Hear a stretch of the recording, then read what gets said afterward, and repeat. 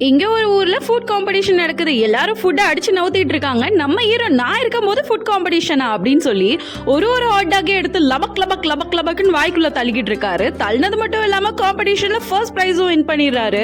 Win பண்ண குஷியில ஜாலியா ரோட்ல நடந்து போயிட்டு இருக்க அங்க இருந்து ஒரு லேடி கார்ல வந்து நம்ம ஹீரோவை அடிச்சு தள்ள ஹீரோ பறந்து போய் விழுகிறாரு. அதை பார்த்து அந்த லேடி பேனிக் ஆகி வந்து பார்க்கும்போது நம்ம ஹீரோ எதுவுமே நடக்காத மாதிரி எந்திரிச்சு தில்லா உட்காந்துட்டு இருக்காரு.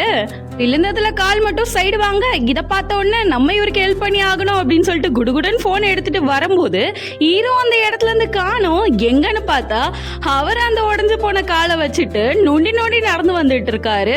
நடந்து வந்த மனுஷன் ஆள் இல்லாத ஒரு ஓரமா போய் ஒரு இடத்துல நிக்கிறாரு.